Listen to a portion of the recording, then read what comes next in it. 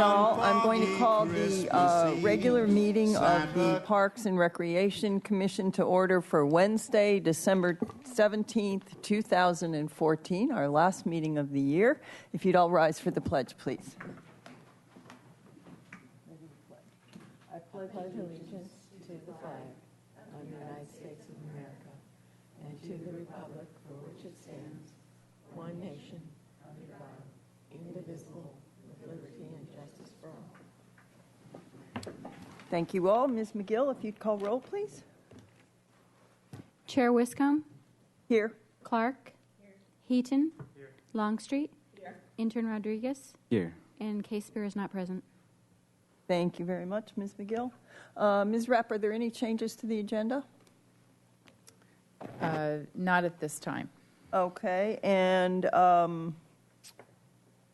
don't know if anyone wants to make any comments. We do have a letter in our packet, if you all saw it, from Jill Zachary to Barbara Lowenthal, president of the Pearl Chase Society Board of Directors, about the irrigades on East Anapamu. Does anyone have any questions on that? Or okay, great. Okay, is anyone here for public comment on an item that's not on the agenda? Okay, seeing as there's no one, I'm going to close public comment. And I'm going to move on then to the Youth Council report. Mr. Rodriguez, welcome. Good evening, Commissioners. Youth Council, we are currently working with Peace Builders. They're the group that we worked with on our bowling event. We're working to have a training because they train teens to communicate productively.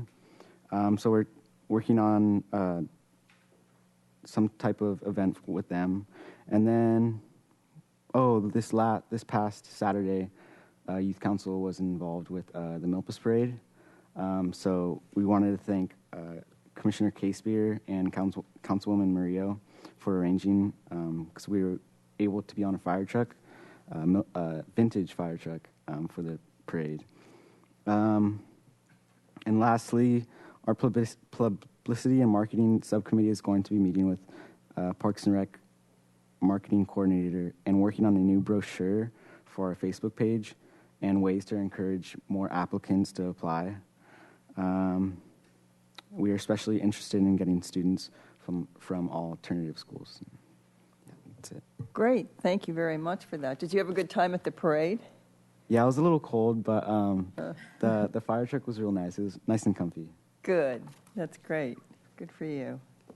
Okay, that concludes our Youth Council report. And Commissioner Committee assignment reports, we'll just go down the row if you have anything. If you don't, fine. Mr. Heaton?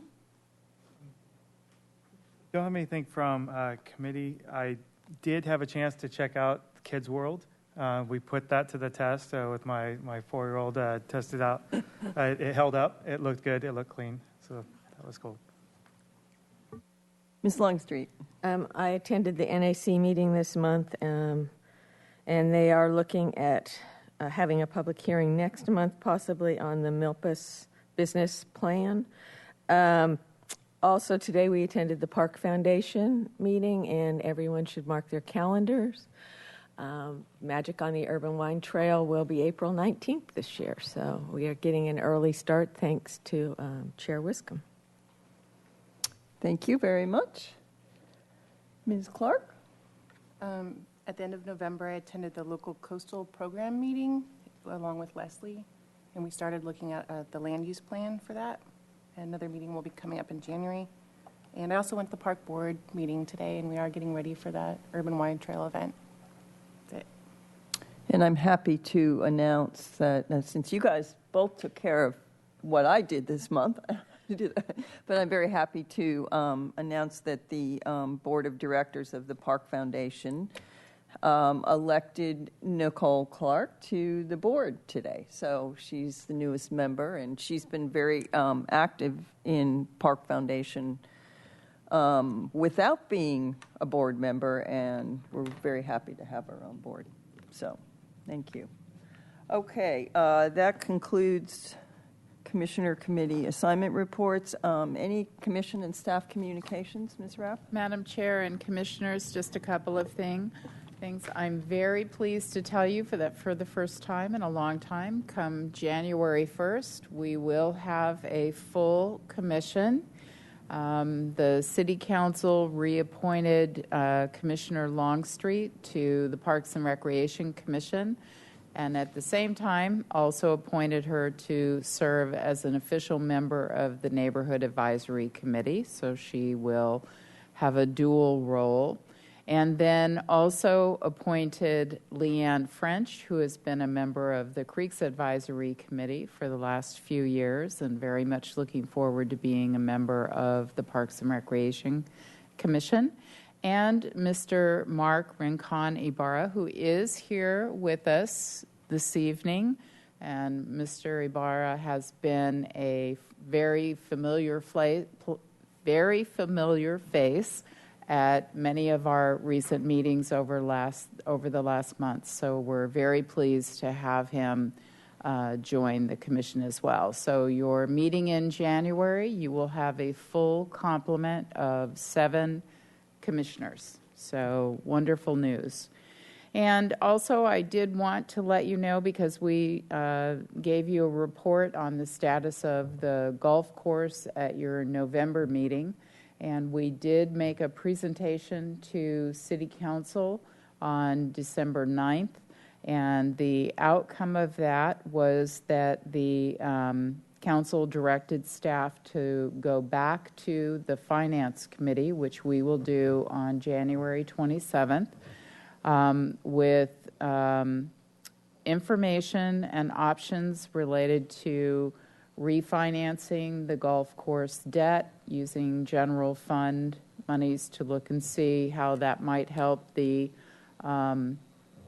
annual deficit that the golf course may be incurring in years to come.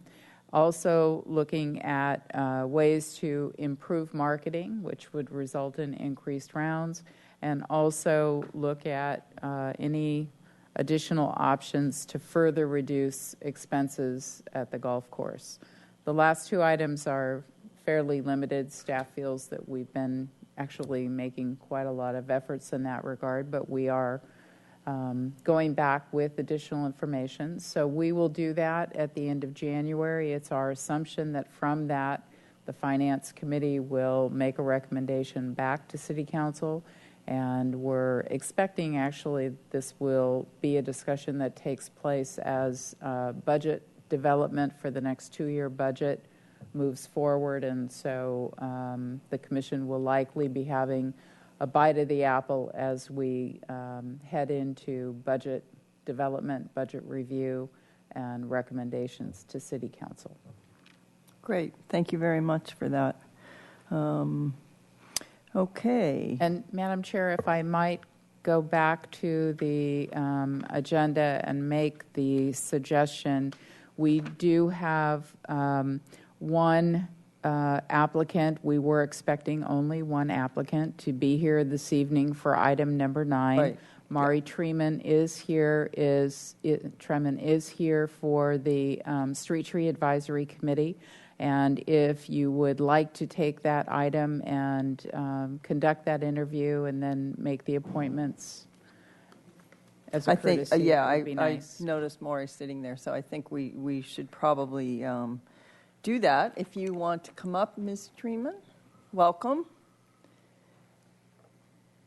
You're going to have to pull that mic down so people can hear you. How's that? Go. Yeah. If you just introduce yourself and tell us a little bit about yourself and Stack, because you're... I'm Stack. My name is Mari Treman. I'm a landscape designer in Santa Barbara, have been for many years, and been on Stack for approximately 7 years and enjoying it quite immensely.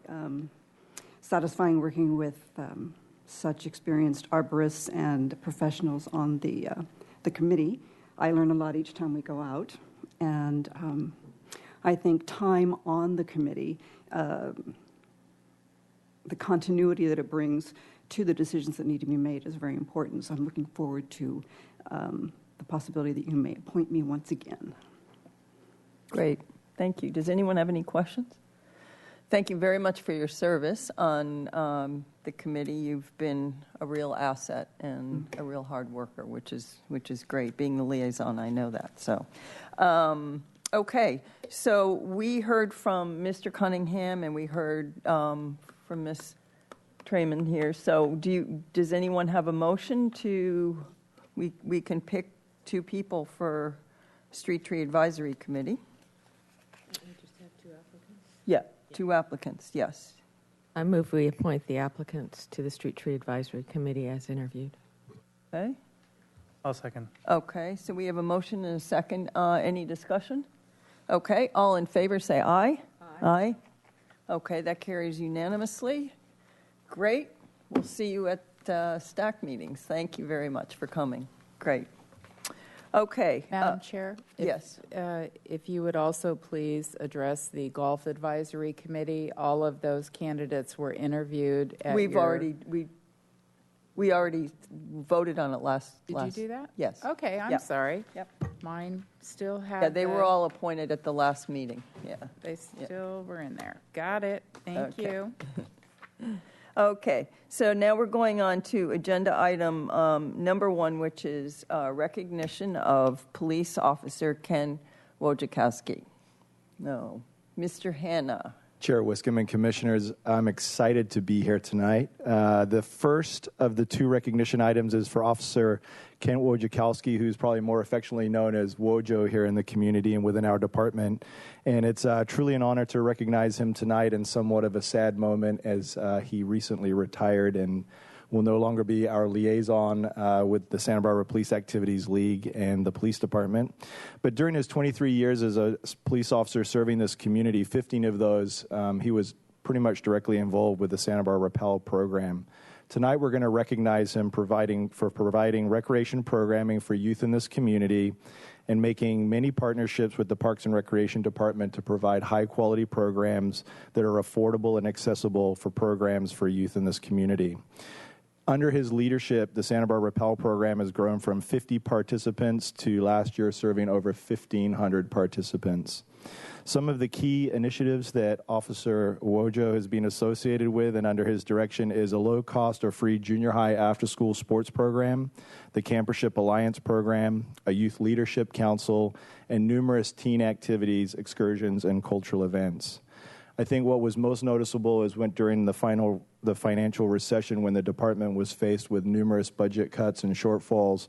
Under Wojo's leadership, he addressed the department and assisted us with taking over the 1235 Teen Center to continue offering great programs to teens in this community and allowed the department to refocus a lot of our energy and financial resources to save other parts of our ongoing programming. According to Wojo's replacement, who will be a familiar face, it's Officer Brian Kerr, who worked for us. He says Wojo is SB Pal. His desire to create youth and teen programming, his commitment to fundraising, his ability to secure grants, and ultimately to convince his friends 15 years ago to serve on the SB Pal board makes it the success it is today. So it's only fitting that tonight we recognize Officer Kent Wojciechowski for enriching the lives of so many youth in this community, and we wish him a well-deserved retirement.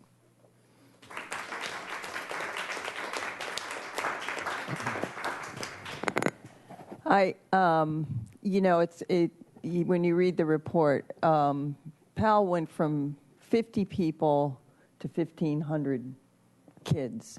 And it's only done through trust, respect, and a lot of hard work. And you really have just done a magnificent job and it's going to be a big hole. We're going to sorely miss you. But on behalf of the Parks and Recreation Department and the Parks and Recreation Commission, I'd like to present you with the Community Service Recognition and thank you for everything that you've done. It's been remarkable. You've really impacted a lot of lives of kids in our community. So, and it's your turn to speak. I'll try to keep it brief. I just want to thank everyone here. It's been a great opportunity. I've learned more through Parks and Recreation than I did through the police department. It made me a better person, made me able to do a better job for the police department in my beat coordinator program because I learned how to work with the community through Parks and Recreation. Mentor of Nancy Rapp, who, whenever I was in a stuck moment, I could pick up the phone and she would answer it and have a conversation and speak very frankly to me and tell me I'm not doing the right thing or I am doing the right thing. And together, I think we made 50 to 1,500. So thank you very much. And then many people in the audience, Sarah, and now Rich, and Terry with the after-school program. So I couldn't do this without everybody involved, and we have an awesome Parks and Rec division, and you guys have a great responsibility up there, but your staff will take care of you, and they will put you in the right direction if you let them lead you that way. So thank you to them, and thank you to everyone who showed up today. So have a good, and it's not a sad moment for me because retirement is good. So thank you. Thank you very much. And I would just like to say thank you because I had the opportunity. You gave me a chance and hired me to work with Campership Alliance 13 years ago now. And I spent 4 years and learned a lot. And I appreciate seeing PAL from the inside and the opportunity to learn the nonprofit world. And it was something that helped me move on and do other things. So thank you for that opportunity and what you do for the kid, what you have done for all the kids in Santa Barbara. Thank you. And that's what we got to keep in mind. It's for the kids. This is all about the kids. So keep putting them first, and we will have a wonderful city. Thank you. Great. Thank you very much. So I do have to just add a couple of comments because WOJO has been a very special part of my career here with the city. I started as the assistant director over the recreation division, and we shared a background of working with and for kids, and we had many discussions about how we should be doing things better. And there were so many partnerships and co-sponsorships between the police department and Parks and Recreation, between Police Activities League and Parks and Recreation, that really were because of the relationship that we had with WOJO. And he truly epitomizes community policing and commitment to youth, and he will be missed. And, you know, it's that phrase, big shoes to fill. Well, it's truly applicable. But, and I actually have to say I'm very disappointed in him because he often made the comment that when he was no longer a police officer, and one time he actually was talking about it even while he was a police officer, that maybe he would apply for one of our openings in the recreation division, and so I'm very disappointed that he's decided to move to Texas because that means that won't happen. But anyway, we do wish him the best, but I think there are many people in this community that would be shocked to really understand all the different ways that things that we take for granted today and how children are served in this community by the Campership Alliance, which was a brainchild of WOJO and Cliff Lambert, you know, about how to actually, we had scholarships that were not being used because the kids didn't have the right clothing, the right equipment, couldn't get the transportation to where the camp met. And out of that came the Campership Alliance, which really held the hands of the parents for whom the children got the scholarships, and they made sure that the kids were able to go to camp. So there are so many ways that all the little touches and the commitments, just over the years, it's been significant. Thank you. Thank you very much.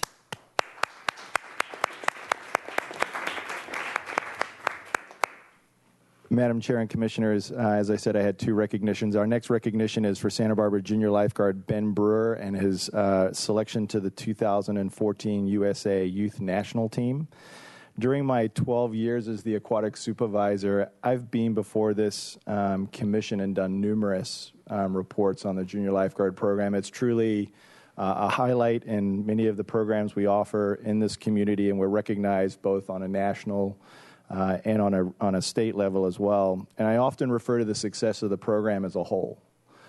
Tonight, I'm going to shift from that and focus on one individual tonight who, through a combination of hard work, good parents and family who are here tonight to support him, some great coaches at the Santa Barbara Swim Club, and of course his instructors at East Beach, did something that nobody else has done in the 43 years of the program, and that was to be selected to the USA Junior Lifeguard National Team. Ben has developed into a standout pool swimmer and more recently an ocean swimmer. He accomplishes his community service for his school commitment by serving as a volunteer junior lifeguard aide in the summer. And recently he hoisted the 2014 Semana Nautica Ocean Swimmer of the Year trophy for the second year.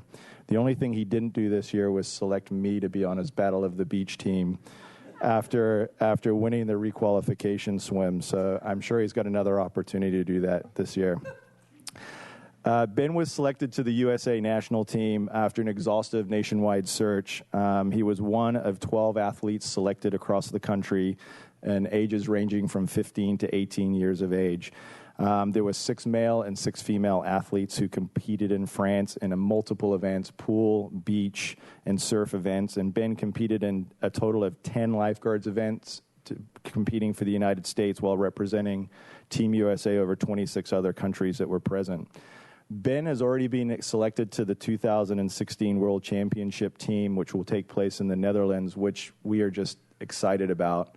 I think from a staff perspective and the aquatic section, I think what we're more excited about is Ben has this opportunity to grow within our program, and we look forward to him working with his instructional and leadership skills and joining our instructor team here in the next few years. So tonight I ask the commission to recognize Ben Brewer for representing Santa Barbara, the Santa Barbara Junior Lifeguard Program, as an ambassador of Team USA during the 2014 Lifeguard World Championships. Ben Brewer.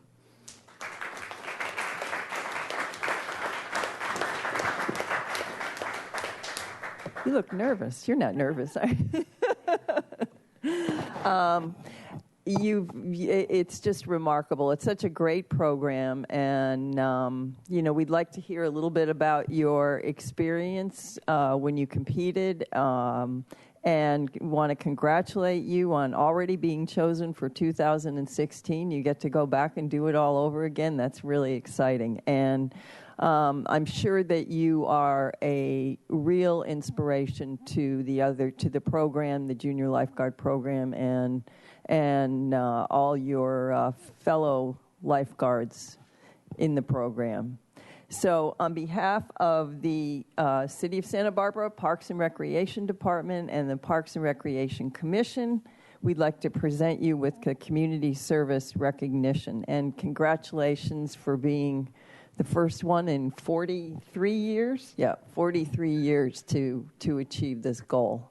And we wish you the best of luck moving forward and in 2016. Thank you. Yeah, the Santa Barbara Swim Club and East Beach Junior Lifeguard Program have been really big part of my life. And the trip to France was great. It was amazing going against that kind of competition and meeting people from all over the world. So, yeah, thank you. Thank you very much.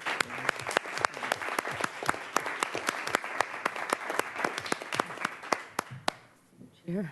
And I think it's a big boost for the junior lifeguard program, too, right, Mr. Hanna? It's a big boost. I think we're fortunate. We have such a great community of athletes here, and really we can't take all the credit for developing them, but we have so many that compete at a high level, and I think Ben's got some teammates that will love being on his team this year. And I really think it'll just help people, choose this program to help them benefit in athletics and recreational activities in this community going forward. So, yes. Great. Chair? Thank you.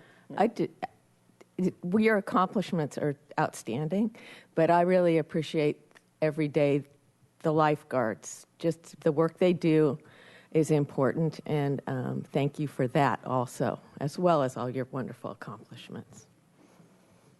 And probably the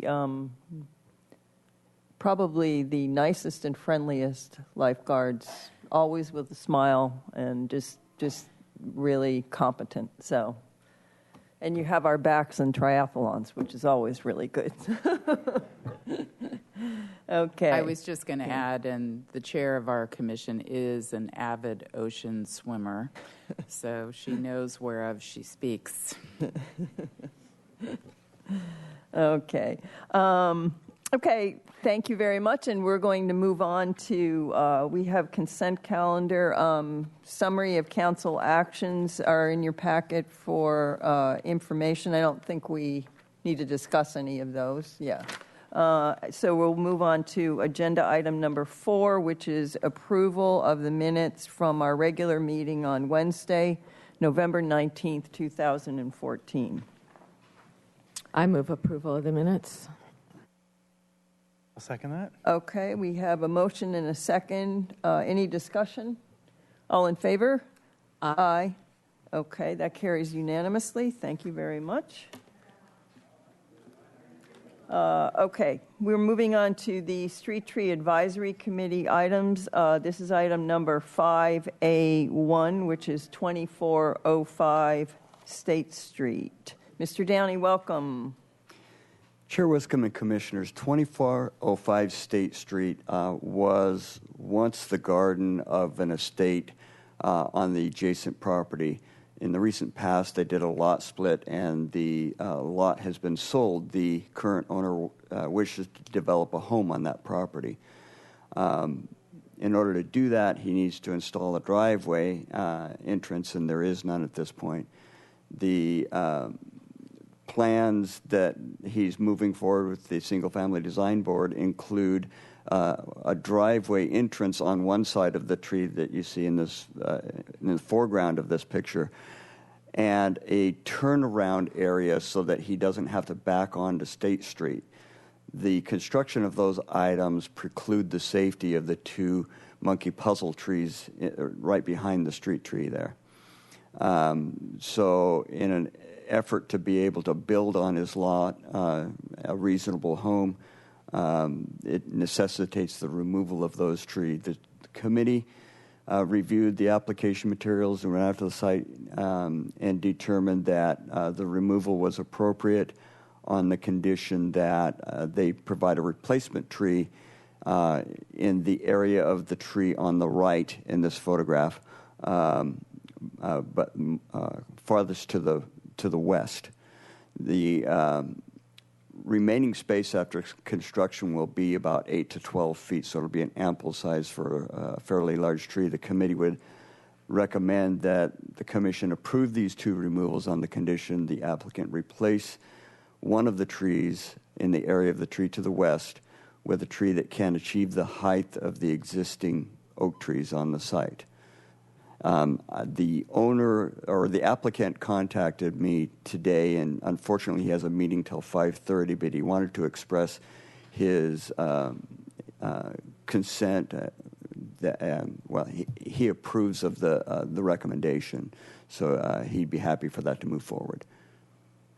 Okay, thank you very much, Mr. Downey. We don't have anyone to speak on the issue, so we'll open it up to the commission for any questions and or a motion. Anyone? No? Does anyone want to make a motion?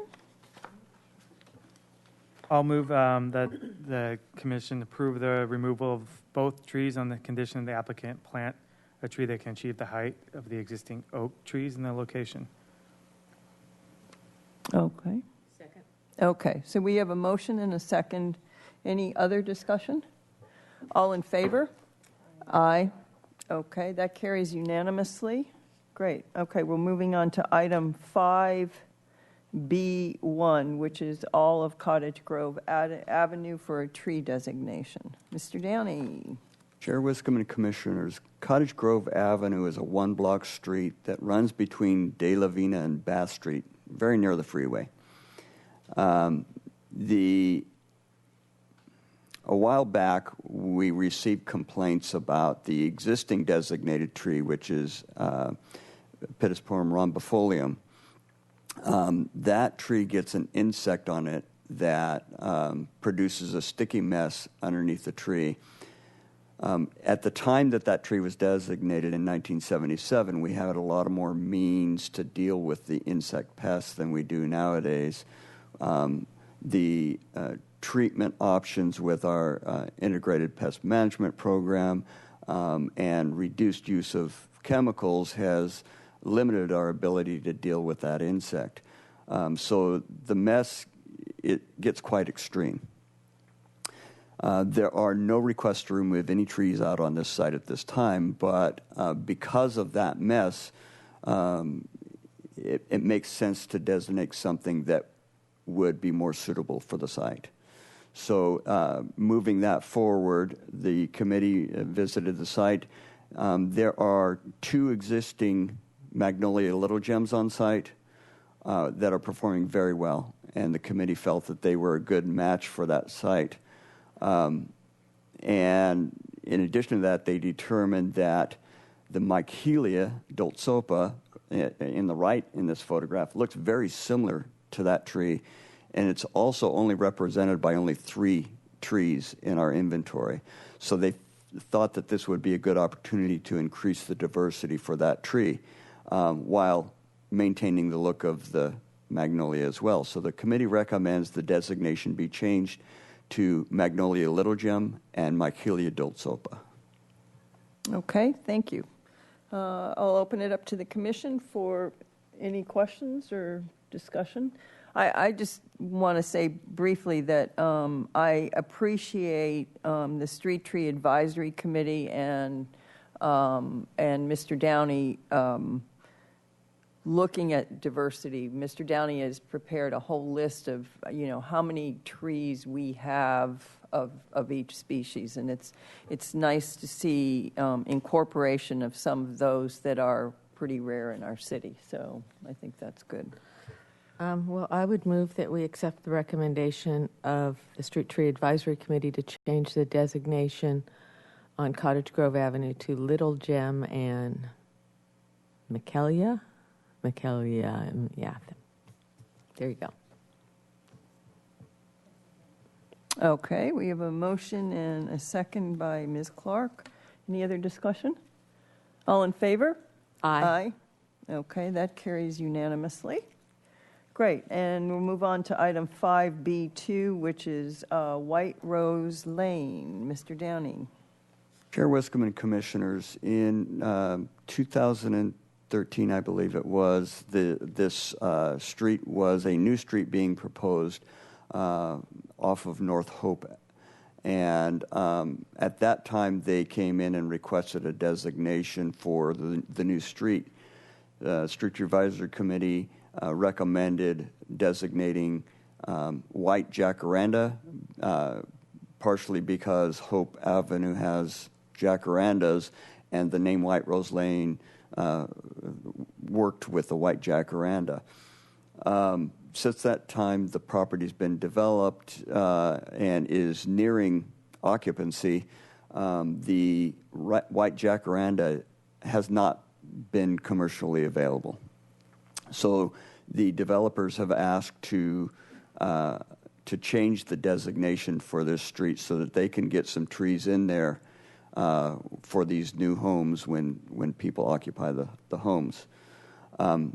The applicant is here if you have questions of her, but the committee went out to the site and looked at other opportunities for white flowering trees and determined that the Chinese fringe tree is represented by less than 25 trees here in the city, and the Catalpa morning cloud is represented by single-digit numbers of trees.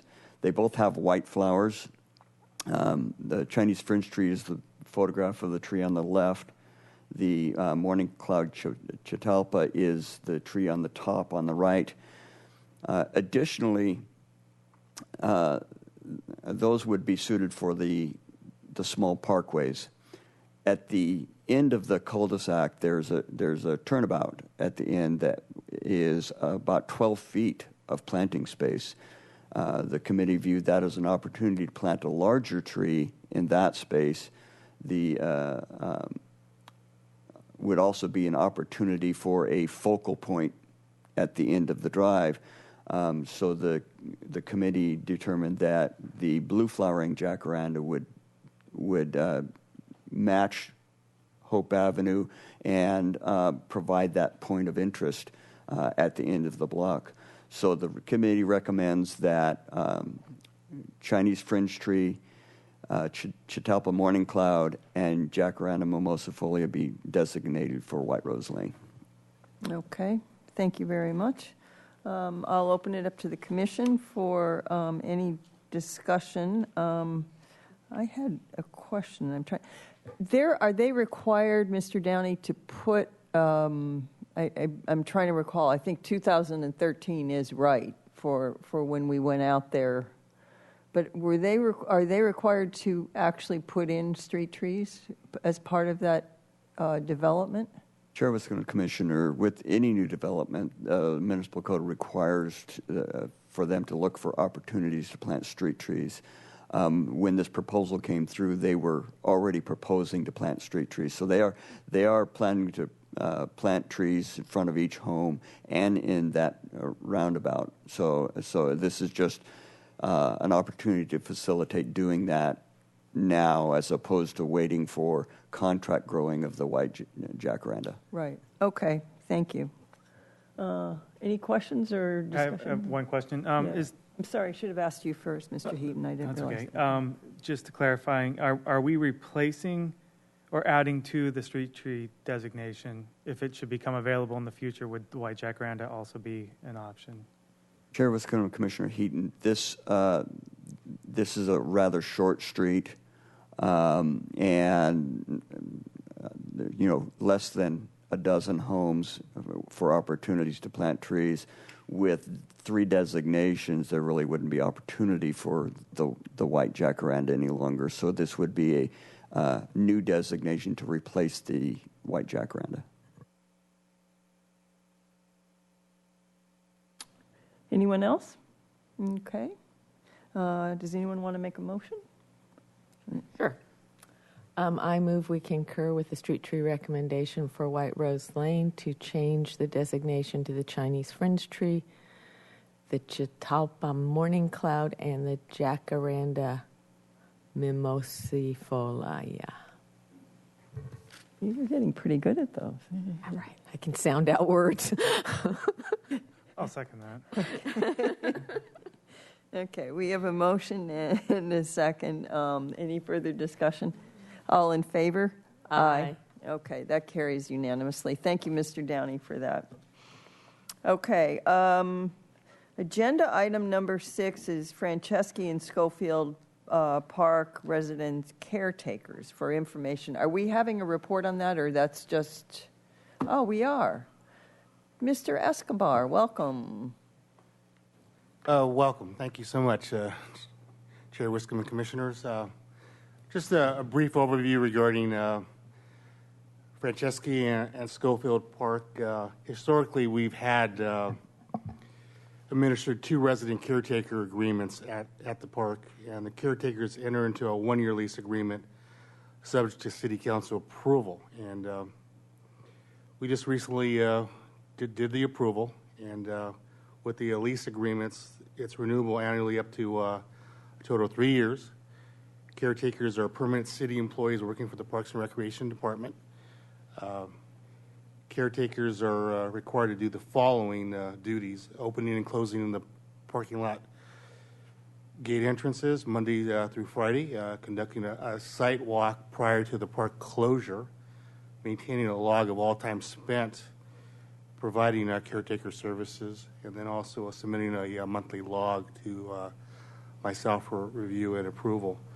And all other park maintenance within these parks is the responsibility of the assigned parks division employees. So just wanted to give you a brief heads up on that. As you're well aware, Schofield Park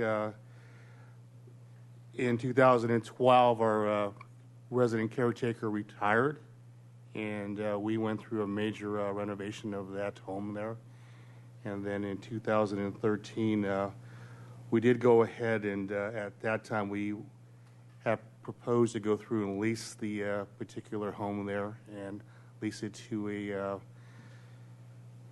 a private tenant in order to generate revenue. We expected to generate $18,000 per year, and it was in our budget and was council approved. But throughout the process there, we did go through, as you're well aware, we had a meeting with Schofield residents and such, and after going through and having the commission recommend that the department proceed with a private tenant, we additionally reviewed the entire deed with the city attorney, and we found that it could be a conflict, so we decided to go ahead and just lease it out as a regular caretaker lease agreement, which we've done. The Franceschi Park residents there, the agreement there had expired, so we went ahead and that expired in September, so we went ahead and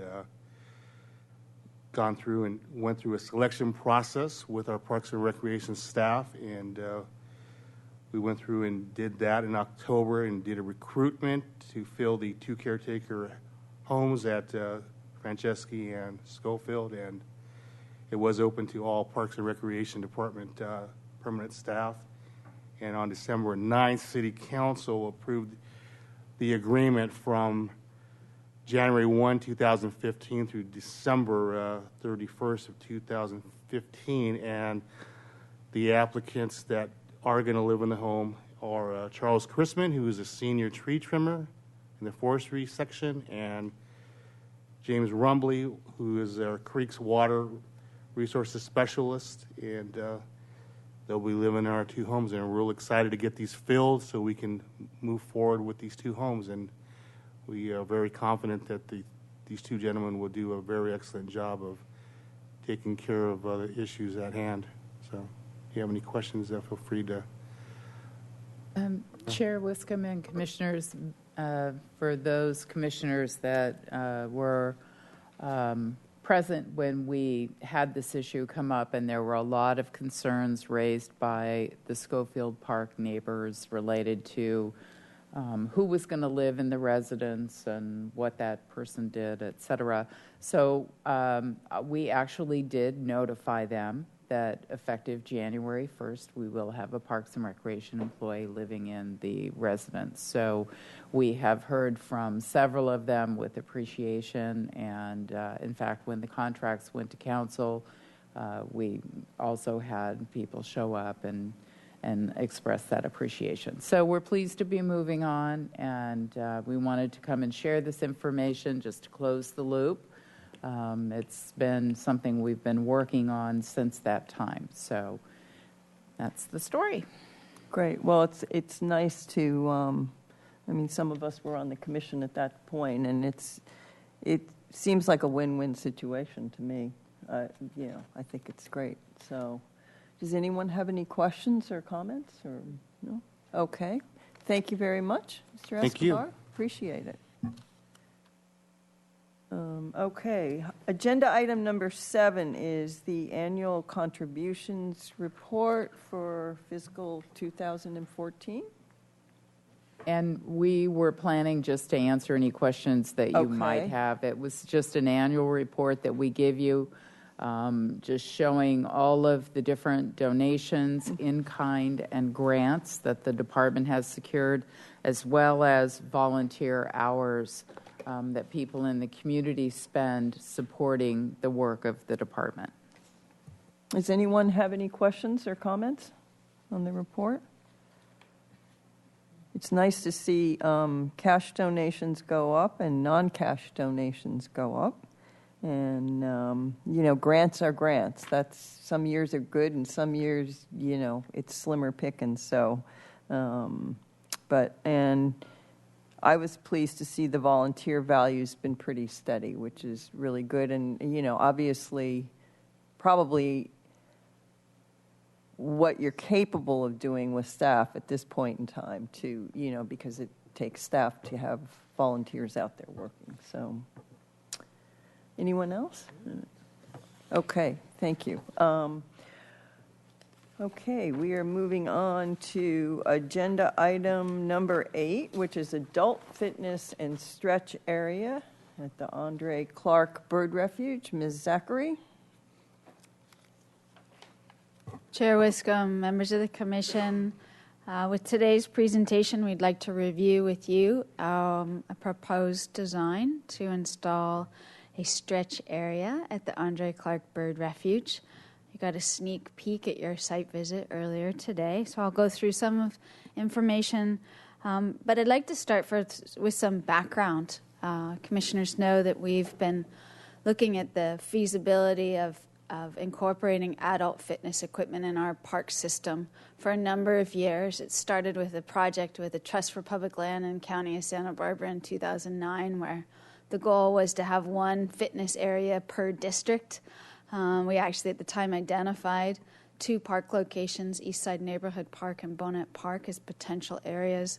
The funding for that project never came to fruition. It was around the time where we were really looking for money for everything. And then since that time, the department has tried to fund fitness equipment at those 2 parks through the Community Development Block Grant process. We're taking another go at it this year with a focus on Bonet Park and including that with the Children's Playground Replacement Project. What we are presenting today is a little bit different concept. We've been thinking about adult fitness areas in relationship to children's playgrounds, particularly in downtown, west side neighborhoods. And this location is slightly different. It's a destination area for a variety of recreational, passive, non-structured recreation activities, as well as provides habitat for birds. And it really began with a meeting that we had with an individual who wanted to support the development of this equipment, Bill McIntosh and his wife Lorraine, and really wanted to do it in this location, and I'll explain more why as we get through it. Staff conceptually agreed, good idea, and then we started trying to figure out how to make it happen. We've mentioned this to you on occasion. We're now at the point where we'd like to submit the project for design review, so we'd like you to make findings so we can keep the project moving forward. So the objectives of this project are support active fitness, whether it's running, cycling, walking, casual exercise. It provides an opportunity for us to pilot this type of equipment. It would be the first place in a city park we would do that. We also want to make sure that it's compatible with our park features and landscape. The Bird Refuge is more of an open space park. It's less developed than a downtown park. And at the same time, we're not looking to make a massive capital investment, nor make significant site improvements, particularly because of the location, but also this is our first sort of foray into this type of equipment, and we really want to be able to figure out, is this the right way to go, or is this a good alternative? The Andre Clark Bird Refuge is a 42-acre park, and it gives you, I'd like just to orient you, this road is Cabrillo Boulevard. This is the Santa Barbara Zoo. And all along this area from here, the multimodal pathway crosses over, actually it crosses over at Milpas, and carries on and goes along this front of the bird refuge around, and then there's a turnaround right here. There's a small parking lot. This is Los Patos Way. And then the access into the bird refuge, we have walking trails and viewing platforms along the northern area. This is a close-up, essentially, of the area that we're looking at as a feasible location. Again, here's Cabrillo Boulevard, Los Patos Way. We have offices, a restaurant. There's also a private gym, another restaurant here, and then actually you can't go any further in a vehicle, but there is currently an off-ramp from the highway right in this location.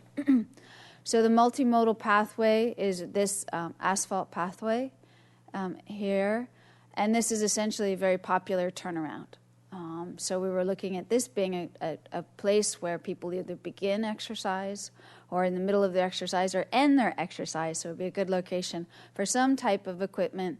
Initial focus, as I said earlier, was on stretching. And then as we looked at it, we thought, well, perhaps we can expand this slightly and make it a little bit more active, but not so active that it takes away from the stretching component. The site plan itself is a little difficult to read. I won't go over it in detail, but just to orient you again, here's the path. The idea is that it would be easily accessed from the path. It would provide views of the bird refuge. The beach area is right here. The parking lot is here. And then also, just on the other side of the parking lot is actually a bike rack. So if someone was to arrive on a bicycle and wanted to lock it up, that could be done as well. There's also actually a bike rack over on this location. It's about 2,000 square feet, and at least the total footprint. We're looking at proposing 4 pieces of equipment, and I'll walk through those in the next slide. The pieces of equipment range in height from 1 foot 7 inches to 4 feet, so they're fairly low in height. They won't be something that would obstruct the view of the bird refuge or obstruct views to the street, or really, it won't be difficult to see into them and through them, and that's one of our objectives. The company that we're looking at is called Norwell Equipment Design. The equipment was originally designed in Scandinavia. It's available and has been installed in both Canada and parts of the United States. And to give you a sense of a potential way that the site might be laid out, right here is a sign, and the sign itself would provide descriptions of the equipment, illustrations. The company has videos online, and so there would be a QR code on the sign, and someone with the smartphone application could actually zap it and access that information from the site. Some of our research has indicated that cities that have this equipment have also put it on their websites and put videos on their websites, and certainly that's something we could do as well. We have a city park map on our website, so we would add that as a feature to this park, and so people would be able to see what other things they could do in the park. On the right-hand side is the piece of stretch equipment. It's very basic. It's literally just a hoop and different levels of bars, so different types of stretching could occur. And then over here is a bench, and any one of these pieces could move around. This is really conceptual, and we would decide that as we finalize design. The bench itself can be used for exercise, could also be used for stretching. And we've preliminarily selected 2 other pieces of equipment, the air walker and the hip, with the idea that these are types of movements that are usually pretty helpful for people that do lateral exercise and would be a great way to warm up or cool down, or for someone who perhaps doesn't travel a great distance as a walker but still would like to get some movement and be outside. One of the advantages, as we can all imagine, about outdoor fitness equipment is you get to be outside rather than in a gym, in a room, so it's a good opportunity. The material itself is stainless steel. They do make a grade of the stainless steel or a finish on it that's rated for within 3 miles of a coastal marine environment, so that is what we would select. We asked the company to help us out with the photo simulation so we could sort of anticipate what it might look like when the project is constructed. And as you can see, we're currently proposing not to make any changes to the surfaces. We did have a discussion at the site visit, and I'll bring it up again today, that we'll be exploring more what type of accessibility considerations we want to build into the project. And as you can see, that gives you a sense of out to the bird refuge and how it might appear in the park environment.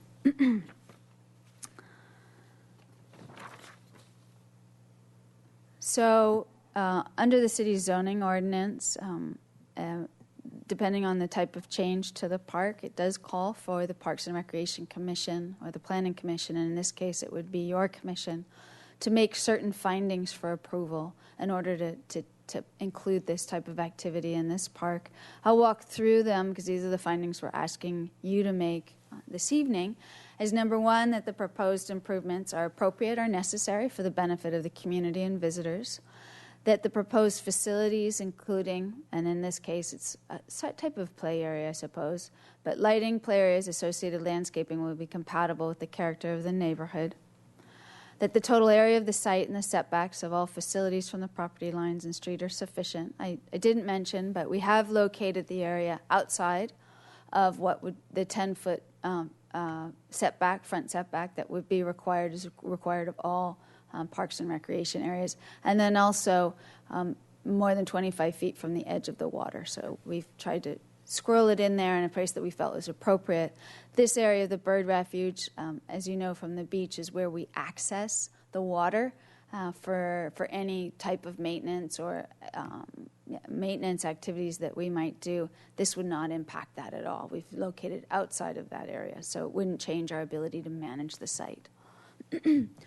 That it's in view of physical character of land, proposed development and neighborhood, and to avoid significant negative effects on surrounding properties.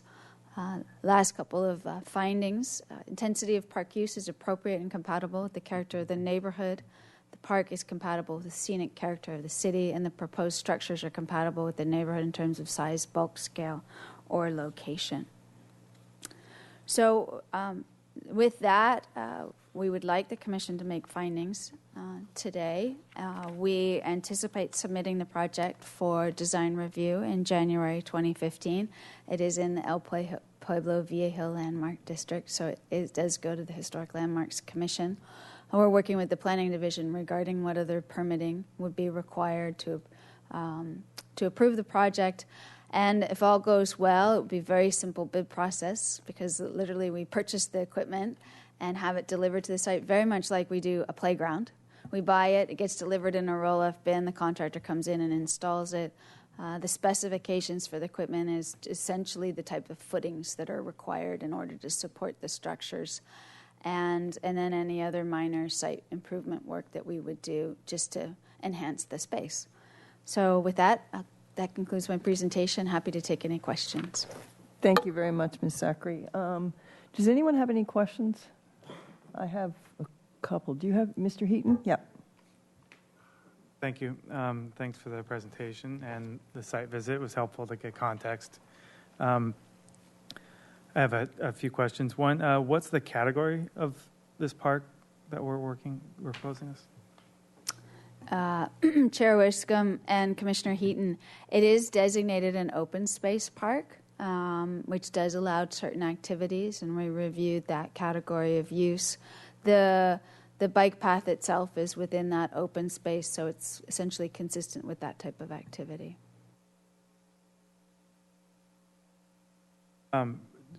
Do we have any indication of how many people actually use? Have we done a count or anything of how many people use the path in that area for walking, biking, or other activities? Chair Wiscombe and Commissioner Heaton, that's an excellent question. I don't think we do. We have anecdotal references through our files.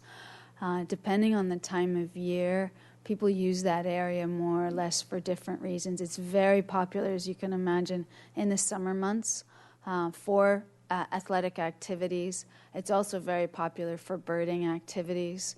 So they're not necessarily exercising, but they are entering the site. As an individual who's used that area for probably close on 20 years, there's literally always someone in the vicinity. It is not it's a very active location. It's not like, for example, people that congregate and stay in Shoreline Park or Ledbetter Beach. People pass through there on a regular basis. And then regarding the actual property, I know there's some history and maybe some restrictions on the property and its use. Is there anything limiting this type of use associated with that deed or that that property? Chair Wiscombe and Commissioner Heaton, there's no limitations on the use. It's consistent with the park. And then I have a question just on budget. It mentions in here there's a donation, which is very kind, and I'm happy to see, and that we would be contributing out of operating budget. How does that work? Is it offsetting something else, or there was extra available? How is that being funded? Chair Wiscombe and Commissioner Heaton, I neglected to include that in my presentation. Yes, Mr. McIntosh provided a $10,000 donation towards this project to the Park Foundation for the purpose of this project because we looked at it and really wanted to broaden it beyond just a stretching bar. We evaluated the resources we have in our capital program and our operating budget and determined that we can redirect funding from our special projects account and our parks operating budget for this project. Thanks. And just going back to location, so this location, it's at the end of the path. I can see some advantages to that. But you also mentioned there were other locations that have been looked at in the past and just haven't received funding. Were those looked at, and why were they dismissed as options for this? Chair Wiscombe and Commissioner Heaton, those were not looked at for this project because the individual that was proposing it specifically wanted it in this location because of the type of activity that's more common here, the walking, running, cycling activity that we don't have necessarily in Bonnet Park or the East Side Neighborhood Park. So the target audience is a different audience. And because there's already recreation improvements that support that type of activity, that's why staff supported it conceptually. It made sense. We did briefly look at other coastal locations. So, for example, other areas where there are a significant number of cycling, running, walking enthusiasts really is along the waterfront. That's the most popular area. Because we're looking at the renovation of the Carrillo Bathhouse and Pavilion project, we chose not to go there. We've got lots to do there without adding this type of feature.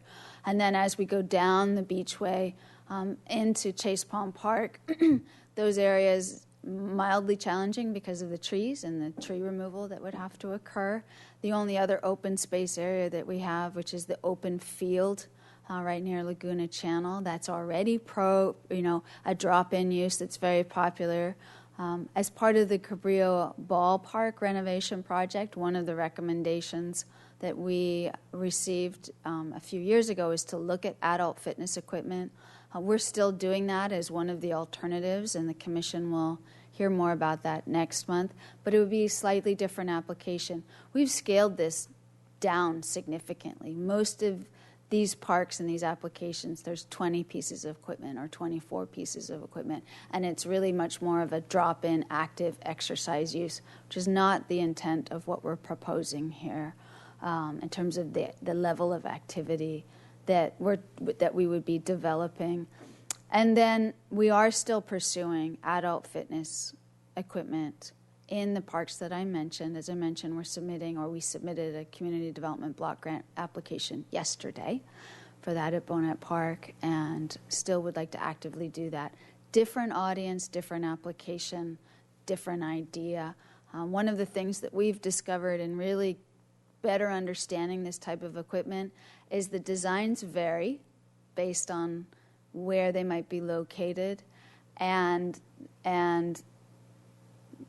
that it is possible to design for different audiences.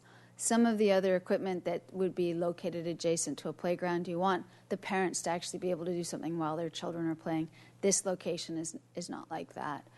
It's also more stationary. I always liken it to the old Nautilus equipment because it has to be pretty darn sturdy to withstand the type of activity. This is a different application. So we feel like it's compatible with what we're trying to pursue in other parts of the city's park system. Thank you. One last question. Do we have any other areas that are open space designations that have this sort of equipment or structures in them, or would this be the first? Chair Wiscombe and Commissioner Heaton, we do not, but every one of our open space parks has a different style or approach. We have one open space park that's primarily used for off-leash dog walking. We have another one that's primarily used for hiking but prohibits bicycles. We have other ones that allow bicycles. So it really depends on the location and the type of the way the park's been developed. Okay. If anyone else have any? I just, are there any fall zones with this equipment? Do you have to have a proper fall zone around each? It doesn't look like it from the site plan. I was just curious. Chair Wiscombe,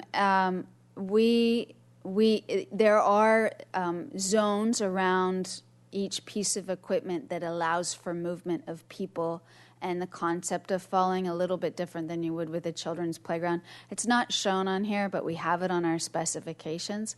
So the area that we're showing for this development assumes that there's, sort of this buffer.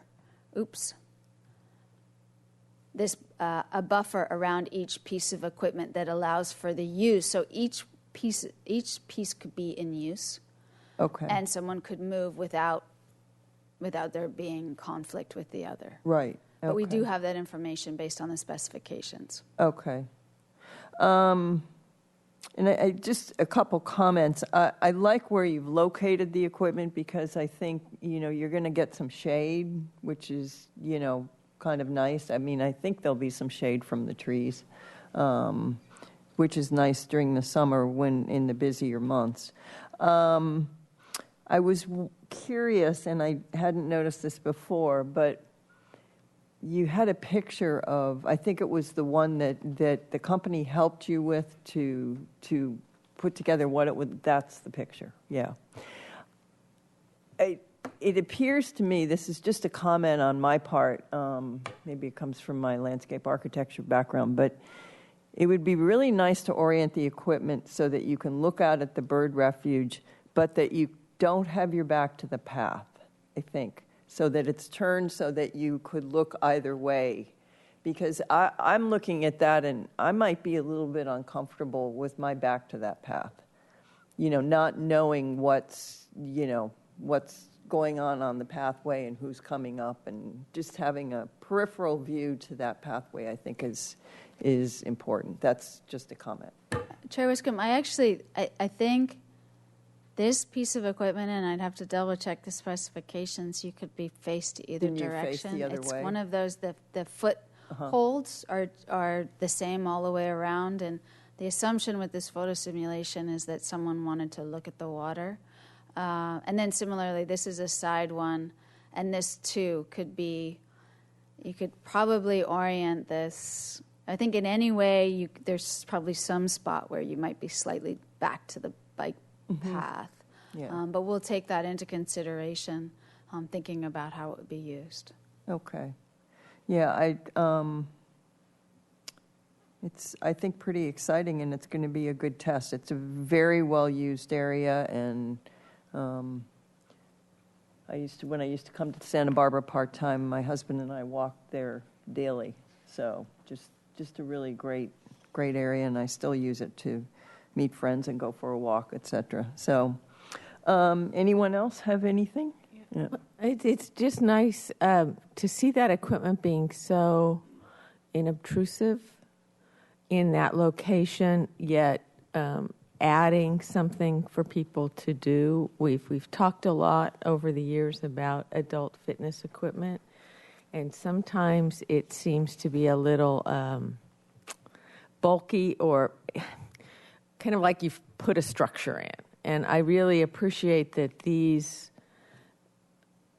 they leave the landscape being the dominant factor, and yet there's a use of them for people. And I think it will be good to have something in the ground and start taking, the measure of how it's working for our community and hear what people want and move forward in those areas with some of the adult fitness. Ms. Clark, did you have anything? Yeah. Yeah, I just wanted to go back to the orientation of the bench. I think, is it you can sit on it either way? People might just end up congregating there and sitting on the bench and obstructing other people exercising. So if you could orient it so they don't have the greatest view of the water, it might help people who are trying to move through that and exercise. And then my only other question was, is there going to be any kind of on-site recognition for the donor, like a little plaque or something with his name on it?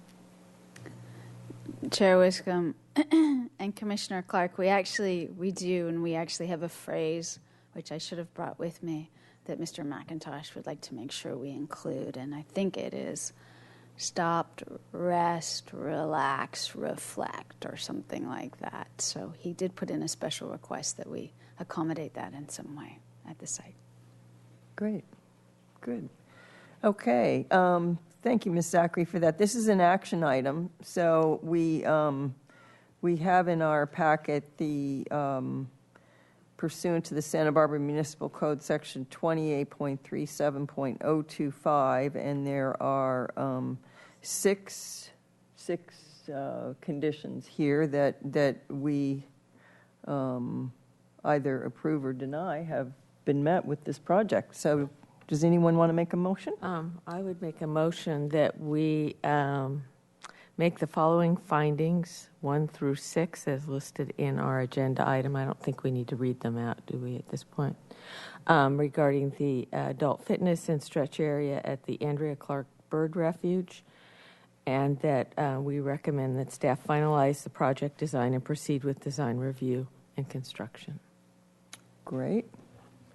Do I hear a second? I'll second. Ms. Clark seconded that. Okay, is there any further discussion? Okay, all in favor? I was just going to comment. I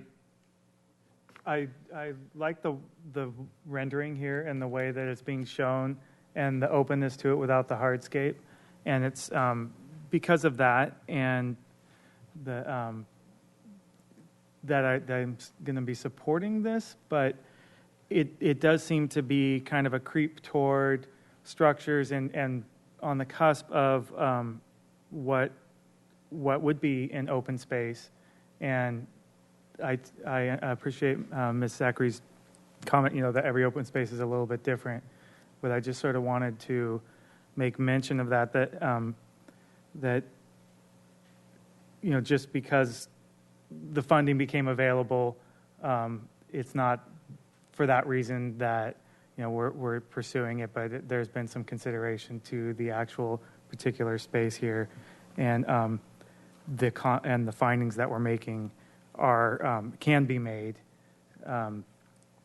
without regard to that particular issue. So, thanks. Okay. Chair Wiscombe, if you wouldn't mind me jumping in, we've actually had this discussion with the Community Development Department to make sure that what we are proposing is compatible. As we go through the design review process, and anything else that might occur before the project's approved, finally, we certainly would come back to the Commission if we felt like that we were going in a different direction, if we needed to revisit this. This gives us an opportunity to keep it moving forward. So I don't anticipate there being much change, but if there is, we certainly would come back to the Commission if there was. Ms. Longstreet? In respect to Mr. Heaton's comments, and I agree, I see this as sort of like the Parma Park trailer turnaround, that the work that was done up there where the user group needs a little bit of amenities. And so it's not structures per se, but I would think of them more as amenities to facilitate good use of the open space. So that's how I'm looking at it. Yeah, and I think I would agree with that. And I think that when you look at this, how much this equipment has evolved over, had you come with the equipment that was available in the 1980s and 90s and, the big clunky stuff with the ugly signs on it, and it would have just been so inappropriate for here.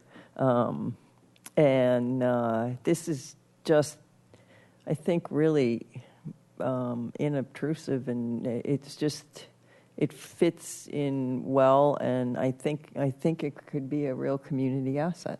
So I appreciate the McIntosh's pursuing it. And, you know, we have pursued looking at other locations for this type of adult fitness equipment. And, you know, as Ms. Zachary said, there's been a couple grants that we didn't get for other areas where this could go and that we're reapplying again. So I think for Bonet Park. So I think